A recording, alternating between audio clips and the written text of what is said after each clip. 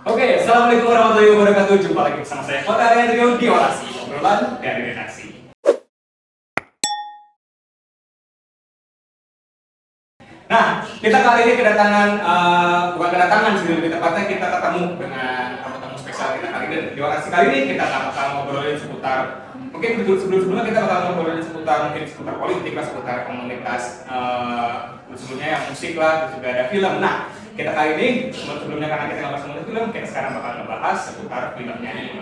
Salah satu film yang bisa dibilang cukup booming saat ini ya, itu tentang apalagi genre sekarang kan film-film horor ya. Biasanya kalau sumuran kita itu pada sukanya film-film horor gitu ya, selain superhero gitu.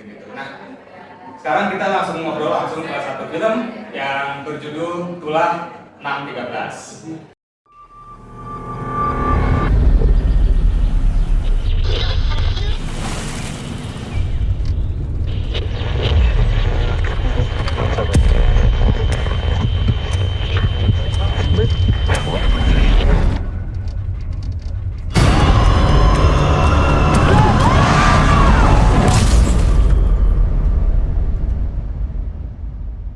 Langsung kita ngobrol langsung bersama para cast-castnya di sini dan juga produsernya nih. Oke, selamat datang buat mas-masnya nih, mengganteng-ganteng dan tampan-tampan semua ya sih. Jujur buat jadi agak insecure.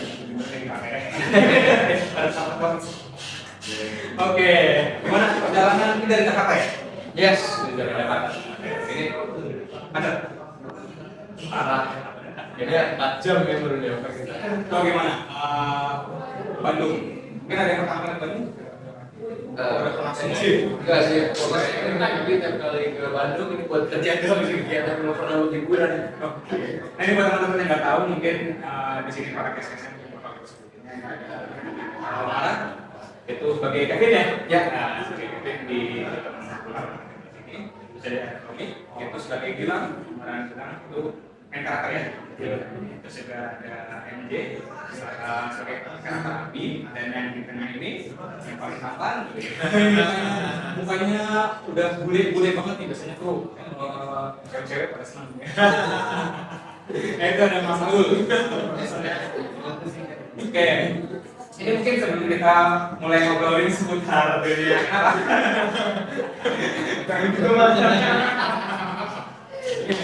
Oke, sebelum kita ngebahas seputar film Tulah 613 ini, gue mau tanya-tanya sedikit ya untuk para cast-nya nih, pertama. Ini mungkin pertanyaan bukan personal sih, lebih tepatnya kayak pertanyaan ke kalian masing-masing. Pertama buat Umar dulu deh. Lu kan sebelumnya ini nama lu ini kan jabatan ini kan kalian semua ini kan para aktor-aktor muda ya, istilahnya ya, generasi muda gitu kan. Terus pengalamannya udah cukup banyak ya. Kalau nggak salah, gue pernah ngikutin ya, lihat itu semua itu dari mulai film-film era tahun 2018-an, 2018-an sih udah mulai ada mulai itu udah nonton ini. Nama dari Omar sendiri, itu ada satu film ya, yang kemudiannya beda. Tapi yang dibilang mungkin udah pernah tahu gitu kan si kemarin ini. Nah, gue mau nanya ke ini kan yang berdua ya kan ya? Ya. Itu gimana sih rasanya sebelum main akhirnya di film horor lain? Ya menarik ya, maksudnya kadang di film yang chatback ya. Dan film-film drama itu kan kita banyak teman yang kayak oke, ini kita membuat sekian, kita membuat kesenangan, kita buat romansa. Sedangkan di horor ini banyak adegan yang kayak wah ini takut, wah di sini serunya, tapi nggak ditunjukkan gitu. Maksudnya tidak ada pas readingnya gitu. Kita kan tidak tiba-tiba nggak setan gitu. Jadi pas readingnya pun ada nuansa beda yang dari drama itu sendiri gitu. Cuman perbedaan dari film Tulah 613 ini adalah pas dari readingnya pun kita udah ngerasa kayak kita memainkan film drama gitu. Jadi benar-benar dibedah, benar-benar oke, karakternya ini, ceritanya itu dulu yang penting, baru kita tambahin itu. Gitu, gue senang sebenarnya untuk main film. Gue main film horor itu nggak pernah melihat ini gue main film horor lagi, lebih kayak gue main film Tulah. Oke, next mungkin langsung ke Tommy mungkin. Ini berarti kan itu pernah main film horor nggak sih? Gue lupa sih. Pernah nggak sih? Pernah. Film horor ya? Pernah ya? Oh iya.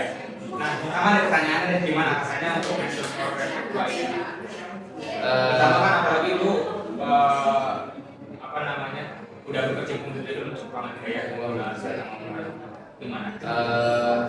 Ya sebenarnya untuk film horor yang kedua ini karena memang beda kutub ya, yang mana kutub selatan sekarang utara, jadi beda ya. Jadi memang apa ya, punya atmosfer yang baru, rasa yang baru, teman yang baru, lingkungan yang baru, dengan cerita yang sangat unik dan membuat gua tertarik. Jadi yang membuat gue kayak wah gue suka nih. Jadi kayak gue gak pikir panjang sih kok. Oke, gue mau nih. Dan memang apa ya, karena kan biasanya kita film horor kan yang kita tahu lah pada umumnya ya, film horor Indonesia ya cuma ini aja kan. Tapi ini dikemas dengan lebih menarik, dengan lebih ya itu kayak tadi yang Omar bilang kan. Gue ngikutan ya pas ikut ini ya. Masalah drama itu gitu kan. Jadi kan kayak lebih asik ya. Jadi kalau biasanya kalau film horor kan lebih kaget apa jadi ini gitu aja kan menurut gue kayak juga terlalu apa ya, kan gue juga kan karena gue juga sering nonton film horor ya, karena gue juga suka ya. Jadi gue nggak suka kaget itu sih jujur kan. Tapi kan yang buat tertarik kan itu kan. Tapi oke juga gitu loh. Gue nggak menyalahkan apa-apa. Tommy Barakba ya. Cuman lebih gue pingin karena gue suka dari tulang ini karena ada rasa lain gitu loh. Ya cuma kayak kaget doang. Kaget udah. Tapi kalau kaget ada rasa yang lebih. Ini mungkin orang lain nggak tahu kan bakal dikasih lihat. lebih apa ya, lebih nggak lebih beda lah, beda. Tadi gue bilang kutubnya beda, jadi kayak gitu. Makanya dibilang Omar ada dramanya itu bener, karena kalau misalnya gitu doang kan ya gitu aja ya gitu, karena ada arahnya berbeda jadi gue kayak oke seru nih. Gue ngomong loh gimana? Jadi kenapa jadi kayak gitu? Tommy itu mirip siapa ya? Aktor terkenal loh. Iya, apa coba? Lupa sih. Siapa tuh? Lebih mirip Omar Estek lah. Masih ada rambut Dan berubah. Oke. Ya langsung next aja nih, Bang. Langsung ke MJD. Gue sempat baca-baca. Kalau itu kan sebenarnya basket ya. Iya. Basket dan yang memang terjun ke dunia industri film ini baru ya. Tahun 2020. 2020 tuh 2021 ya. 2020 dah. Ya, karena ya pokoknya masing-masing Covid lah ya. Nah, itu kenapa kok lu tiba-tiba dari yang tadinya jadi aktif basket itu tiba-tiba tertarik ke dunia entertainment? Aku dulu sebelum pindah ke Amerika kan buat lanjutin karir basket kan, buat nyari beasiswa untuk kuliah di sana. Emang aku dapat kesempatan dapat 3 beasiswa offersnya, tapi karena ada satu saat pas di US ada bisa dipanggil debut, itu pas pelatih nggak boleh ngobrol sama atlet-atlet calon atlet baru buat sekolah gitu, dan karena itu benar-benar hilang kesempatannya. Dan pas balik ke Indonesia, aku pindah ke Indonesia kan, jadi balik ke Indonesia benar-benar kabur setahun lebih nggak ngapain-ngapain. Udahlah pengen coba, tapi karena memang dari kecil pengen jadi aktor. Basket emang aku pas awalnya tapi kok dari kecil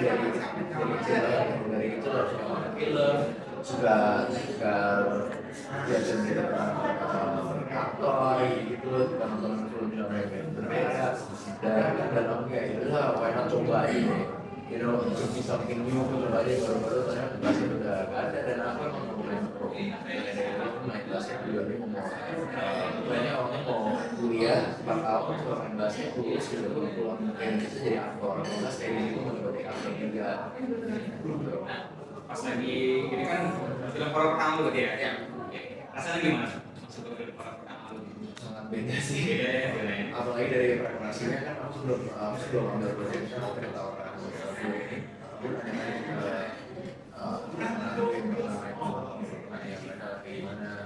mereka bilang seru tapi persiapannya pasti bakal berat. Persiapannya di workshop kita semua energy training semua, dan kayak tiap hari aku pulang bener-bener kayak bisa sampai banget kayak semua orang yang lain hari gimana preparasi lain yang harus lakuin gitu.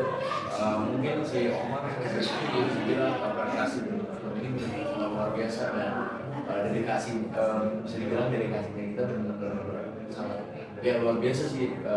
Dan aku bisa bilang terima kasih kepada Ramu untuk preparasi kita, bisa terima kasih ke Omar, Tommy, Kaisa, si Erika buat bisa tolongin each other gitu, dan pasti big thanks ke Ektor Gita Indra Panji dan Bu Dewi. Oke, udah kita kenal sekarang gue mau masuk profesornya nih. Lu kan dari luar ya? Dari Columbia College, Iya. Chicago. Itu ini lu kan filmmaker pesan. Ini lu kenapa sebelumnya udah pernah belum buat project film yang ada di era di Indonesia? Sebelum Tula, aku ada project kecil-kecilan. Kayaknya pas pandemi, short movie, aku yang mendirect kebetulan. Itu aja sih, tapi emang pulang dari Amerika itu tuh sekitar 2020 pas pandemi. Jadi harus production juga dibuatnya di tengah-tengah pandemi. Dan kita udah ada ide ini tuh dari awal press production. Jadi sebenarnya kita ide cerita film yang kita mau develop itu ada 5 atau 6 gitu. Tapi bingung kayak wah ini lagi masa pandemi, bioskop tutup semuanya, kayak riskan banget ya sih kita bikin film sekarang.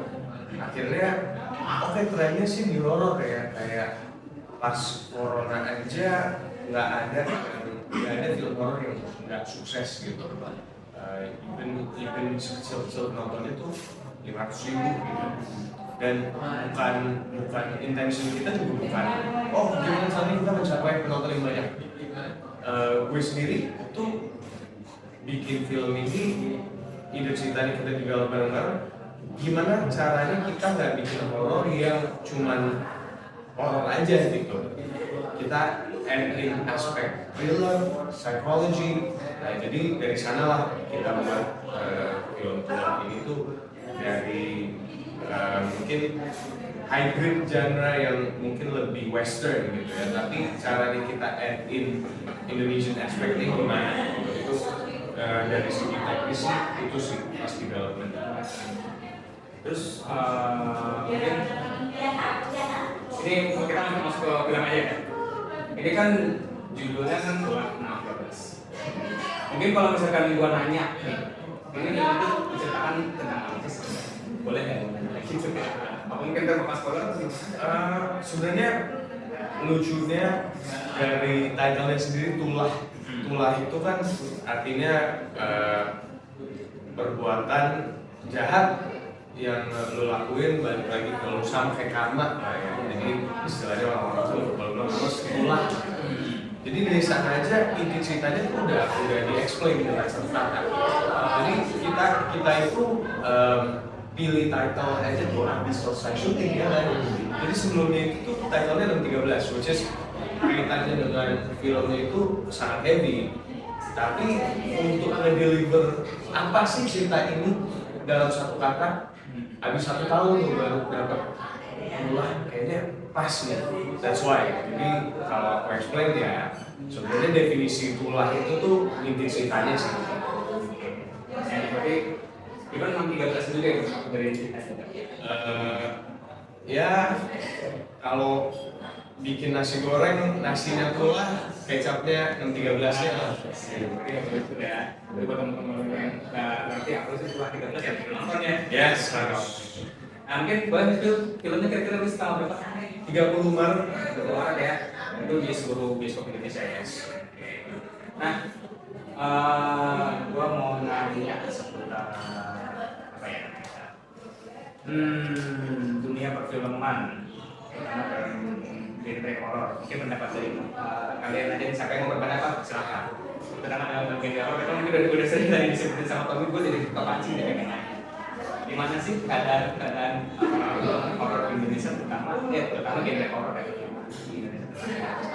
Dan kenapa muncul ide pengen bikin film ulangan lokasinya, which is dimana itu katanya kan tadi udah disebutin genre horor, cuman bukan horor yang kayak gitu-gitu.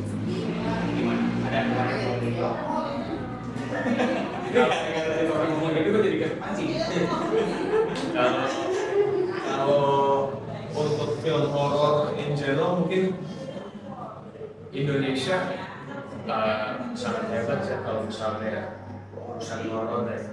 Gila-gilaan, pocong, Banyak. kita ada kasus. Wow, hebat. Sekarang gue Oke, nggak bisa berbagi itu. Kita tuh gila banget sih. Maksudnya masalah film horor apapun deh. Iya kan? Betul. Tapi ya nggak terus gimana ya emang ya kita hidup di tanah Indonesia ini kan dengan berbagai macam. Ya bener dong. Iya kan? Suku aja kita berapa jadi punya ininya masing-masing gitu loh. Nggak ada kaitan lah.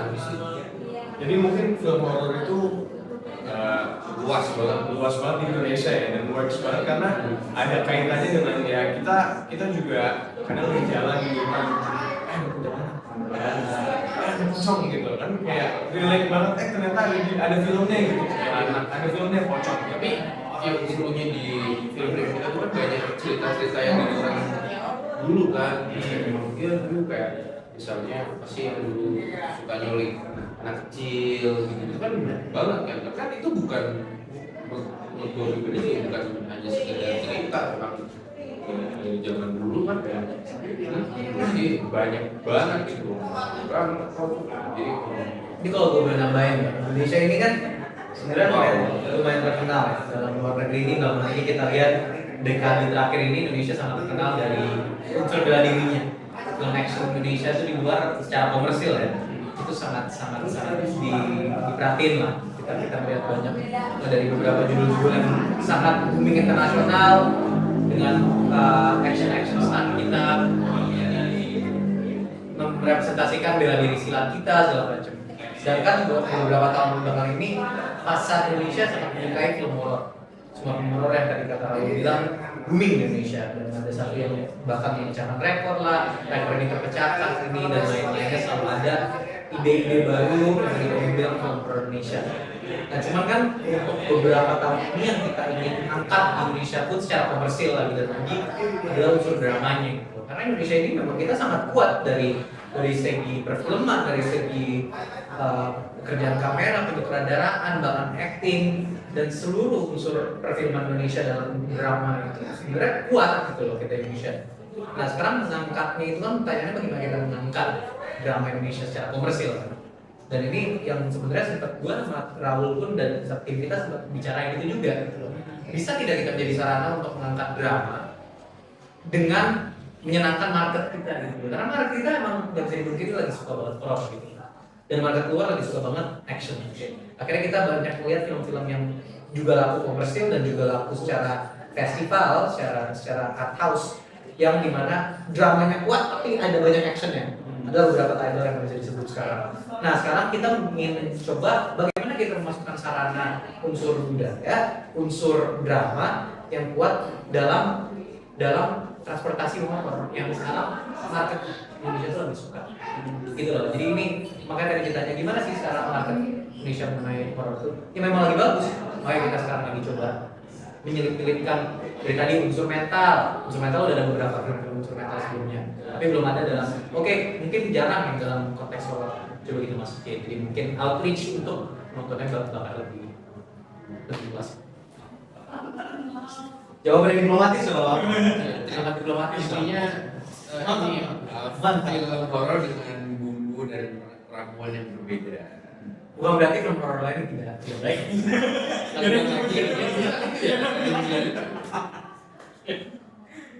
Dan cuma dengan mencoba dengan merasa dan bumbu yang berbeda. Kalau dari gue sih dari aspek cerita mungkin pengen bikin sesuatu yang berbeda aja. karena kan kita sebagai orang artistik pengen mengekspresikan ide-ide kita di film ya, dan ya salah satu caranya adalah untuk kita ambil inspirasi dari film-film lain yang sudah ada, yang sudah bagus, tapi mengolah untuk delivery-nya yang sangat berbeda gitu. Caranya gimana, how to make it personal to us. So film ini sih kenapa selalu kita bilangnya tetap ada horornya, karena ini emang tetap film horor Indonesia. Maksudnya kita ada sosok kakek goes, ada sosok Lilis, itu ya setan-setan kita gitu, seperti ya film-film lain ada kuntilanak, pocong, tuyul. Tapi apa sih ceritanya kakek goes ini? Apa sih ceritanya Lilis itu? Mereka juga ada cerita gitu, biarpun setan bolehlah bercerita dikit setan-setan kita ya. Jadi gitu sih. Jadi mau ngapain? Ya, menurut aku sih Indonesia emang storytellingnya udah lagi better sekarang. Dan sejak beberapa film yang baru dirilis, tahun ini jadi dia sama sendiri belum tadi. Kenapa kok ngambilnya ini nih cerita intisari cerita dari Keluaran 13 ini emang terinspirasi dari mana-mana atau emang imajinasi sendiri atau emang ngambil dari suatu legend atau gimana? Intisarinya Bantu cerita ya, bantu cerita dikit. Kita itu ada urban legend di Jawa Barat. Gimana ya, waktu itu kita ada daerahnya, saya lupa namanya, tapi di cerita ini ada salah satu yang kalau misalnya nyelipin orang di hutan gitu. Oh iya, nyalip masukin apa tuh, Mak? Itu Tempatnya apa sih? tempat apanya nih? Apa gitu lah di Jawa Barat, pokoknya itu ada mitosnya, ada urban legend juga di sana yang kalau misalnya kita nyalip, bukan nyalip, Mendahului dan mendahului ya, itu bisa masuk ke kayak dimensi, kayak bisa terkutuk lah, kayak disrespect gitu. Dan sebenarnya hal ini juga udah pernah terjadi kepada adiknya penulis kita gitu. Jadi kita ada inspirasi dari sana.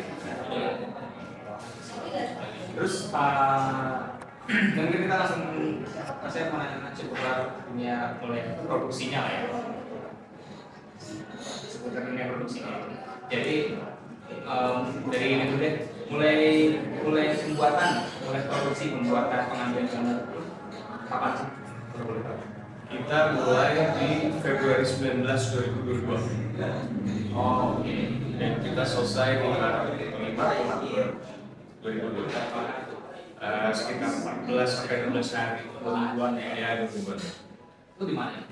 Kita ada yang di Gunung Gudang, ada yang di Depok, ada yang di Jakarta. Mungkin mostly di sana ya. Oh yang di Sumatera di Gunung Gudang ya? Betul. Di kisah-kisahnya. Ya. Ini kan baru ada teaser, gue liat di YouTube itu baru ada teaser 2 ya. Itu trailernya kira-kira kapan tuh? Kita soon, very soon, very soon. Karena 3 Maret ini ya trailer Ya, yes. Dan mungkin di trailernya akan lebih di-explain lah. Iya, kalau emang jujur, gue juga pertama kali nonton itu liat teaser juga. Ini kayak film horor biasa lah, kayak cuman kayak mungkin di teaser mungkin kakak saya teaser kayak bawa anak, terus tiba-tiba ada yang mau di gitu lah ya, terus ada anak kecil yang kayak setan cilik itu tadi gitu. Jadi gue ngiranya ini mungkin film horor biasa lah, film horor Indonesia yang ada film apa horor gitu.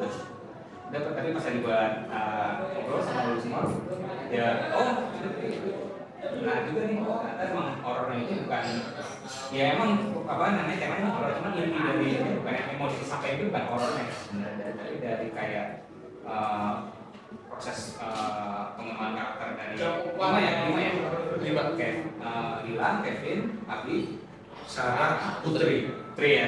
Sarah itu diperankan sama Kalisa ya. Betul. Si Putri, Erika Carlina. sama Erika ya. Itu berarti di lima itu ceritanya itu gimana sih sebenarnya pas lagi di desa itu kan naik mobil masuk hutan gitu ya. Yes. Itu kalau gue ngingetinnya apa coba? Anak muda masuk hutan, satu film apa?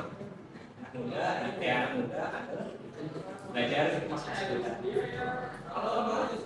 Tahu lah, gue nggak pernah sebut judulnya. Beda Pasti ya.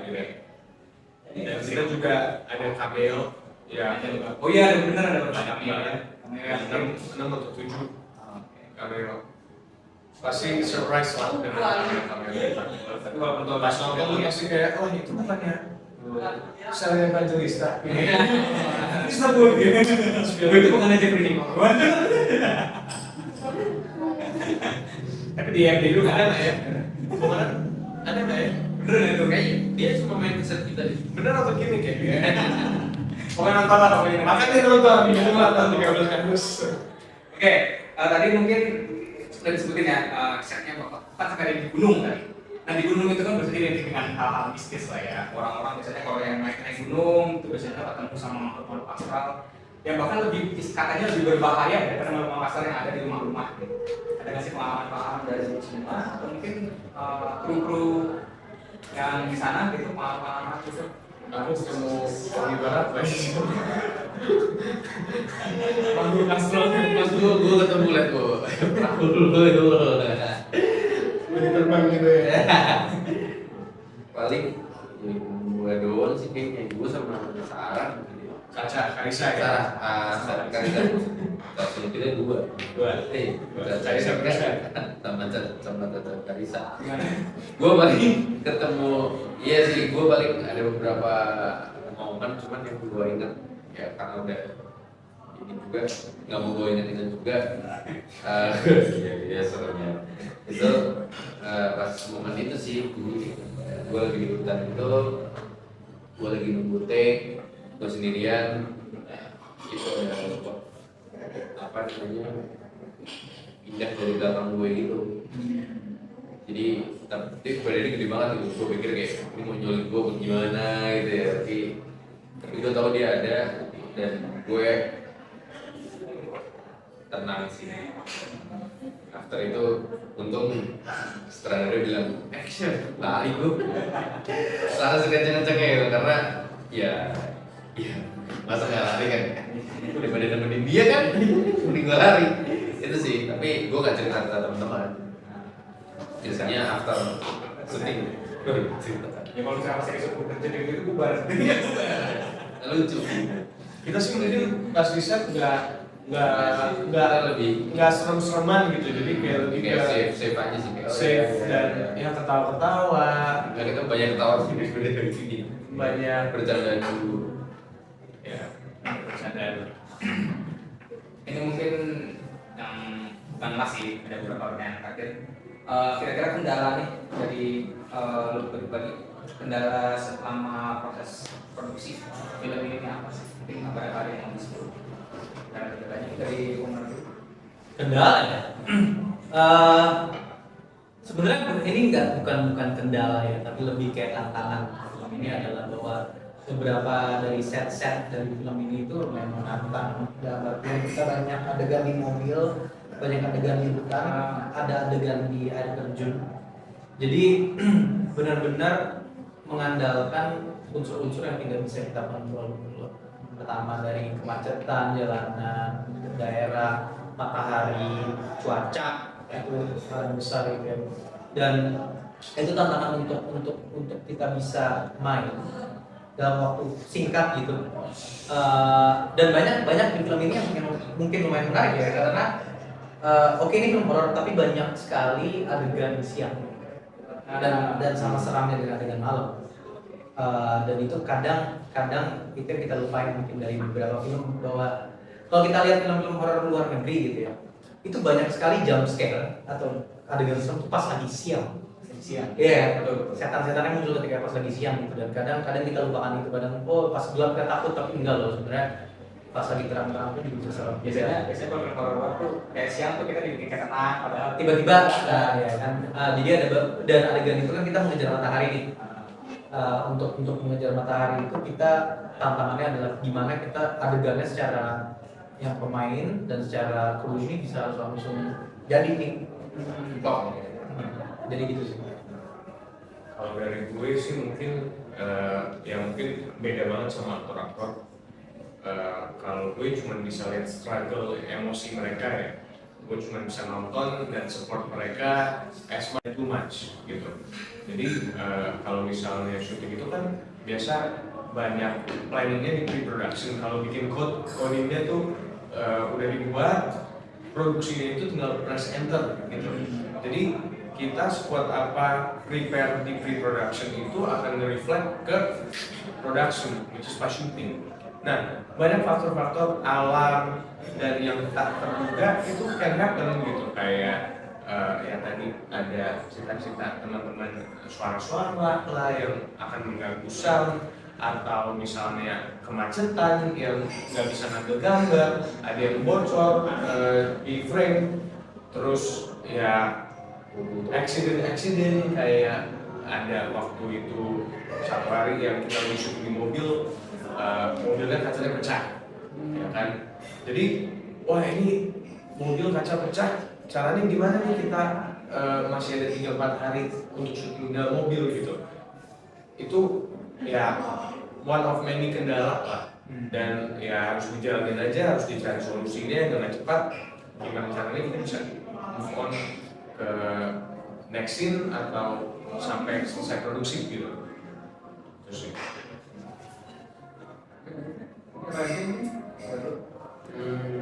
Apa ya? Dari gue mungkin ya itu sih kendala-kendalanya.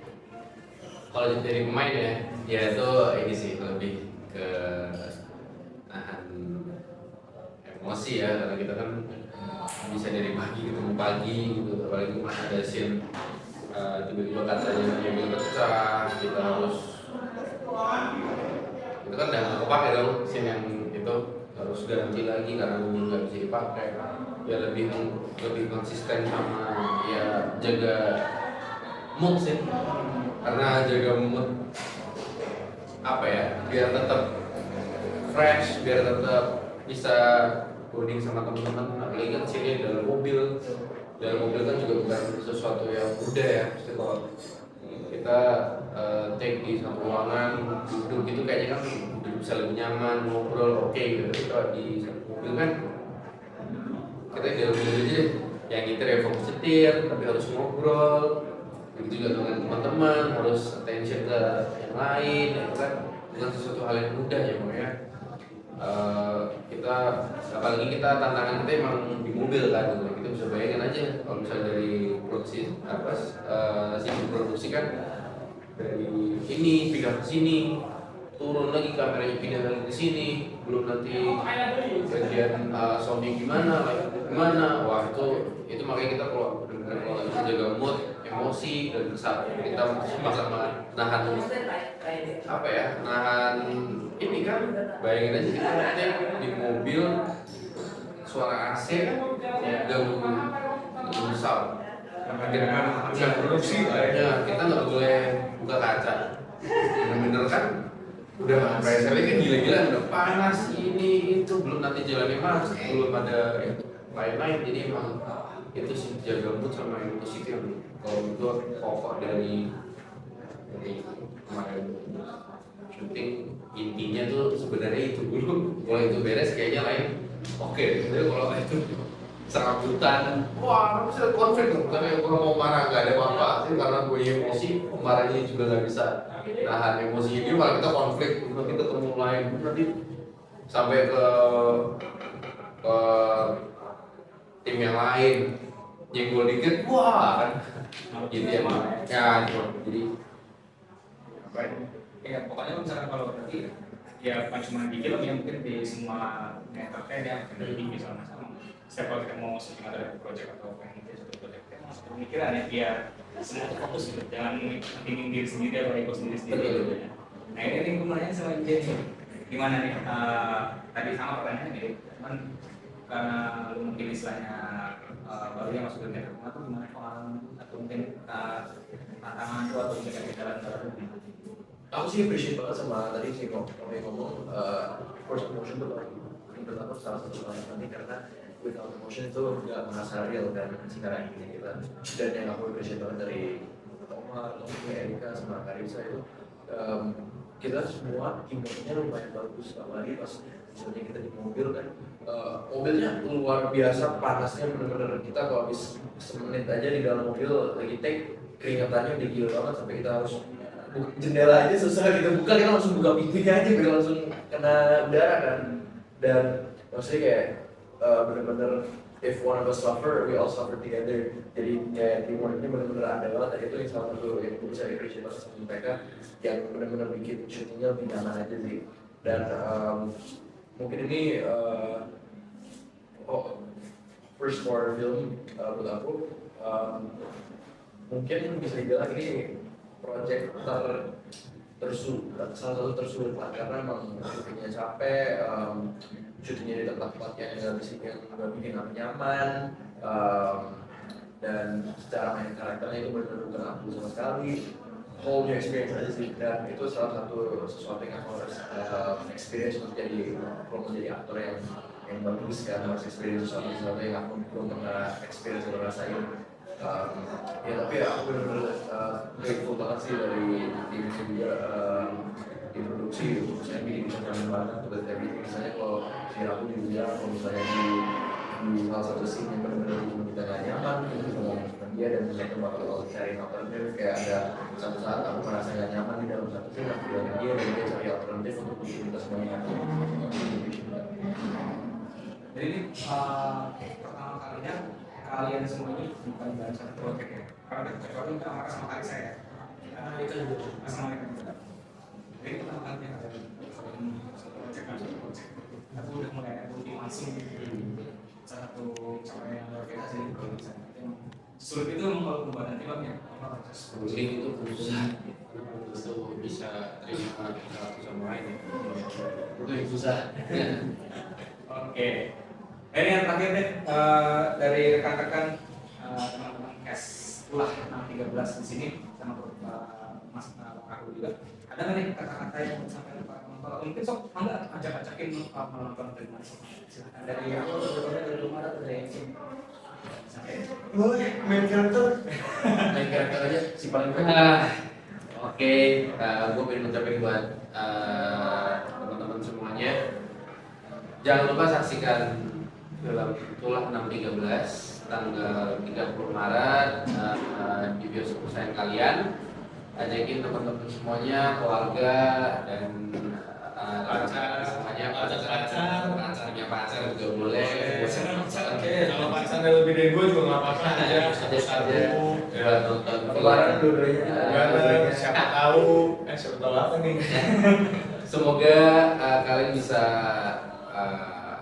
suka dengan karya kita, bisa diterima lah di masyarakat, Appreciate. dan ya sih Ya, dari gue. mungkin dari gue ya kita mungkin dari interview ini aja kelihatan betapa capeknya ya kita membuat film ini, dari syuting, dari pre-production, production, post-production sampai distribution, proses yang sangat lama, yang sangat hektik, stressful, tapi kita cuma pengen berkarya aja dan kita pengen film kita ditonton, di-appreciate dengan orang-orang. Bisa eksis lah di bioskop dan nonton banyak. Ya. Lagi? Nah, Oke, ini berarti ini selain tayang di bioskop ada rencana ke itu nggak ke distributor teman kayak misalnya misalnya. Kita ada rencana untuk ke salah satu OTT di Indonesia. Oke, tunggu nanti. Oke, gitu aja. Ada satu lagi nih, mungkin teman-teman rumah kalian beda. para penonton itu nontonnya BTW sampai sana. Iya, benar. Jaduk Indonesia lagi ini film apa mereka udah capek bikin gitu kan nonton ya itu nonton di bioskop berapa gitu. Dan sayang banget karena experience di bioskop itu beda banget ya Betul, tergantung betul, orang. betul. Dari soundnya, dari picture-nya, jadi ya sayang banget sih kalau nontonnya di HP atau laptop kecil apalagi bajakan ada yang ngerekam kayak apa-apa. Terus frame-nya kayak gini doang. Nah, jadi support lah film Indonesia dan nonton di bioskop. 30 Maret 2023 Premiere tanggal premier kita kira-kira 2 minggu sebelum. Bioskopnya ya Jakarta ya. Yes. Mungkin itu aja teman-teman buat yang nonton juga terima kasih nih buat para cast dan produser yang udah masing-masing ngobrol bareng sama saya sama kita dan Express juga sukses terus ya buat semuanya. Oke, itu aja teman-teman buat episode evaluasi spesial kali ini. Jangan lupa like, comment, dan juga subscribe. Saya Pak Tagan undur diri. Wassalamualaikum warahmatullahi wabarakatuh.